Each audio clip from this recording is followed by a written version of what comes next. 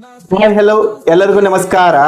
Mathematics ನಲ್ಲಿ from part D and part E ದಿಂದ 30 out of 30 ಯಾವ ತರ ಸ್ಕೋರ್ ಮಾಡಬಹುದು ಅನ್ನೋದನ್ನ ತಿಳಿಸ್ಕೊಡ್ತೀನಿ. ಅದಕ್ಕಿಂತ ಮುಂಚೆ ನಮ್ಮ ಪೇಜ್ ಅನ್ನು ಫಾಲೋ ಮಾಡಿರಲಿಲ್ಲ ಅಂದ್ರೆ ಫಾಲೋ ಮಾಡಿ ಈ ರೀಲ್ ಅನ್ನ ಸೇವ್ ಮಾಡ್ಕೊಳ್ಳಿ. ಪಾರ್ಟ್ ಡಿ ಅಲ್ಲಿ ನೀವು 4 ಕ್ವಶನ್ ನ ಅಟೆಂಪ್ಟ್ ಮಾಡಬೇಕಿರುತ್ತೆ.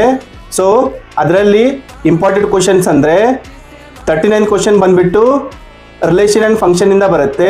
ಅಲ್ಲಿ ನೀವು prove that given function is invertible ಅಂತ ಮಾಡಬೇಕಾಗತ್ತೆ. ಮತ್ತೆ ಎಫ್ ಇನ್ವರ್ಸ್ ನು ಫೈಂಡ್ ಮಾಡಕ್ ಹೇಳ್ತಾರೆ ಆರ್ ಬೈಸೆಕ್ಟಿವ್ ಫಂಕ್ಷನ್ ಅಂತ ಪ್ರೂವ್ ಮಾಡಕ್ ಹೇಳ್ತಾರೆ. ನೆಕ್ಸ್ಟ್ ಕ್ವಶನ್ ನಂಬರ್ 40 ಮ್ಯಾಟ್ರಿಸಸ್ ಇಂದ ಬರುತ್ತೆ. ಅಲ್ಲಿ ಅಲ್ಜಿಬ್ರಿಕ್ ಆಪರೇಷನ್ ನ ಕೇಳ್ತಾರೆ. ಯಾವ ತರ ಅಂದ್ರೆ a into the bracket b plus c equals to ab plus ac ಅನ್ನೋದನ್ನ ಪ್ರೂವ್ ಮಾಡಬೇಕು. ಆರ್ ಟ್ರಾನ್ಸ್ಪೋಸ್ ಪ್ರಾಪರ್ಟೀಸ್ ನ ಕೇಳ್ತಾರೆ. A B whole transpose equals to B transpose into A transpose ಅನ್ನೋದನ್ನ ಪ್ರೂವ್ ಮಾಡಬೇಕಾಗುತ್ತೆ. ನೆಕ್ಸ್ಟ್ 41th ಕ್ವಶನ್ ಡಿಟರ್ಮಿನೆಂಟ್ಸ್ ಇಂದ ಬರುತ್ತೆ. ಅಲ್ಲಿ usually system of linear equation solve it by matrices method ಅನ್ನೋದನ್ನ ಜಾಸ್ತಿ ಕೇಳ್ತಾರೆ. ಸೊ ಅದನ್ನ ಫೋಕಸ್ ಮಾಡಿ. ನೆಕ್ಸ್ಟ್ ಕ್ವಶನ್ ನಿಮಗೆ ಆಪ್ಷನ್ ಇರುತ್ತೆ.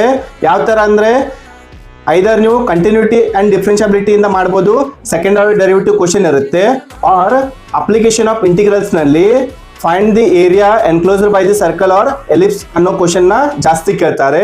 ಸೊ ಇವೆರಡರಲ್ಲಿ ಒಂದು ನಿಮಗೆ ಆಪ್ಷನ್ ಇರುತ್ತೆ.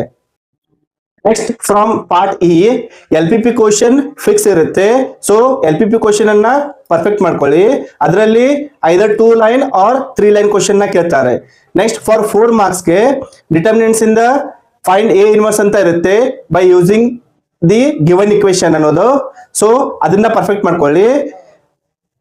ಪಾರ್ಟ್ ಬಿ ಮತ್ತು ಪಾರ್ಟ್ ಇ ದಲ್ಲಿ ಯಾವ ತರ ಕ್ವಶನ್ ಬರುತ್ತವೆ ಅನ್ನೋದನ್ನ ನೆಕ್ಸ್ಟ್ ವಿಡಿಯೋದಲ್ಲಿ ಡಿಸ್ಕಷನ್ ಮಾಡ್ತೀನಿ. ಸೊ ನಮ್ಮ ಪೇಜ್ ಅನ್ನು ಫಾಲೋ ಮಾಡಿ ಫಾರ್ ನೆಕ್ಸ್ಟ್ ಅಪ್ಡೇಟ್.